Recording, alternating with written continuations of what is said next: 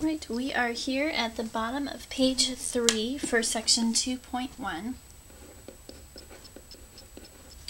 One more example to do together, and then we will turn you loose on a couple try problems you can choose. So as we look at number 54, there's a lot going on here, okay? This should cause you to go, whoa, okay? Or this looks exciting, or wow, okay, I'm up for this challenge. But you should notice that there's a lot more going on than the earlier types of equations, okay? If it's causing you to hesitate to the point where you're a little nervous about starting the problem, ask yourself what's so different. In this case, sure, I see x on both sides, I see parentheses, and then, oh, wait, we've been checking for those. We're ready for this. We've got the steps that we can handle this. So then trust the process. Deep breath, read it out loud, and here we go. 7x plus 3 equals 6 times the quantity, or in parentheses, x minus 1 plus 9. Okay, so we keep our goal in mind, and that is to get x by itself. We're going to simplify, which means we're doing two things. We're going to check for any parentheses and remove parentheses. Usually that will mean distribution, but sometimes it just means multiplication, or hey, notice I'm a negative. Just realize what the parentheses are doing and get them out of there. And then the second thing is to combine like terms. Then we're going to pick a side. You get to decide and use opposite operations to do that. Okay, so let's do all three of those here at the same time. Let's go down that list.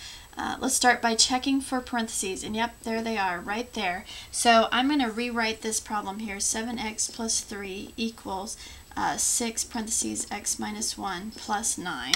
That way I can start marking it up a little bit here. I'm going to distribute. How do I know that I'm distributing and not just plain old multiplying or doing something else? Well, what you want to train yourself is to look inside the parentheses, because parentheses say, hey, I'm a group, take care of me first. So great, we'd do that if we knew what x was, but we don't know x. And x minus 1, we can't do anything else with that. We can't subtract the 1 because we don't know what we're subtracting it from. It's just an unknown value. So then we use our skill of distribution, where we distribute the 6 and multiply both pieces by that. So then what we get here is the 7x plus 3 hasn't been touched at all. It's going to equal 6 times x, and then you're going to end up with a minus 6. Now, I am going to assume here that you practiced enough distribution, you got good at it in chapter 1, and so I'm not going to walk through all the different possibilities.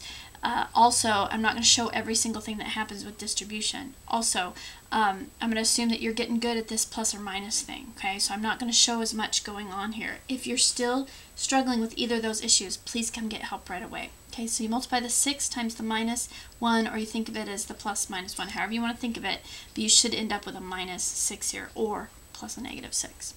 And we didn't do anything with the plus 9 yet. Okay, so we took care of our parentheses. Okay, the parentheses part is done. Now we're looking to combine like terms. So we look at the left side of the equation first here. I guess I'll cover it this way. And 7x and 3 are not like terms, so nothing to combine there. Look on the right side, we've got 6x minus 6 and 9. We do have like terms that we can combine. So we're going to go ahead and take care of that, leaving us with 7x plus 3 equals 6x. Minus 6 plus 9 is going to end up with a positive 3, or a plus 3. Okay, now we're checking, do we need to pick a side? We get to decide which side we'd like the variable on, and to move it, we use opposite operations, which means the operation in front. That's the one we focus on. The one that's in front of the variable that we're moving, that's the one we do the opposite of. Okay, so I see a 7x on the left side, I see a 6x on the right. Again, just for our purposes right now, I'm going to move things to the left side. You can do it the other way. You should come up with the same answer. It does cause an additional step to happen, but we're not going to worry about that right now, although it's tempting as I look at my notes here. You know, maybe I will. I think I'm up for a challenge in this one. So, and I think you guys are probably ready for it too. You work hard watching all these videos, so let's add some excitement in here. I'm just going to move it to the right. I'm going to break tradition here, and I'm going to deal with negatives. So I move it by doing the opposite operation that's in front of the variable. So I look right in front, there's nothing here. When it's nothing, it's a plus. So I move it by doing the opposite of that, minus 7x minus 7x. What I do to one side, I have to do to the other. That removes the x's on the left side. That was the whole point. I'm just left with plain old 3 plus 3, but we don't put the plus in front of it. We can just leave it as 3. And then 6x minus 7x is going to be a minus 1x. I'm just going to leave it like that for our purposes right here. Minus 1x. If you could write it as just minus x, but right now I'm going to leave it as a minus 1x because I know where we're headed here. It's just going to help me a little bit. And so now we've picked a side. We've got x on one side or the other. Now we're going to ask ourselves, what's happening to x? And we're going to build a list. So in this case, there are two things now happening. That's what it created. By deciding to move the x to the right side, I ended up with a negative in front, which means there's two things happening to x, which means our list is going to get more exciting. So as we look at this here, I'm going to say what's happening to x. The first thing that happens, if I were to cover up the equal sign, and you were to imagine putting in a value for x here, the first thing that would happen, according to order of operations, is that x would get multiplied by this negative 1. Okay, so the first thing that gets happened is it gets multiplied by negative 1. The second thing, once you'd had that value, the second thing that would happen is you would add 3 to it. Okay. Now if we were to write that out in more of a visual form, I would write that as, well, we started with x, it gets multiplied by a negative 1, then it had 3 added to it. So here's an example of why I'm not just copying what I see here. I'm creating a story that goes left to right. This is throwing order of operations out the window. This is just a visual story left to right, kind of a timeline, so to speak, of what's happening to x. Okay. Once you've created either the verbal list for yourself or the little timeline here, the visual timeline, you're going to reverse that. So finally we have 2 steps to see why am I drawing this arrow up, okay? So step 2 is going to become your new first step, and then you're going to just continue back up the list until you have a reversed order.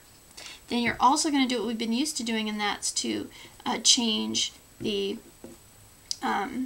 operations to the opposite. Add becomes subtract 3, multiply becomes divide by a negative 1. You still use the same numbers that are listed. Down here in this timeline, this visual thing, you go the opposite direction. So the first thing we run into is a plus 3, so we're going to do a minus 3. The next thing we run into is a multiplication of a negative 1. We're going to divide by a negative 1. Notice the numbers stay the same, it's just the operations that are different. So if it's a negative 1 here, it stays a negative 1 here. We're just going to be dividing by it now instead of multiplying. Okay, so now this tells us exactly what to need to do. There's no question here.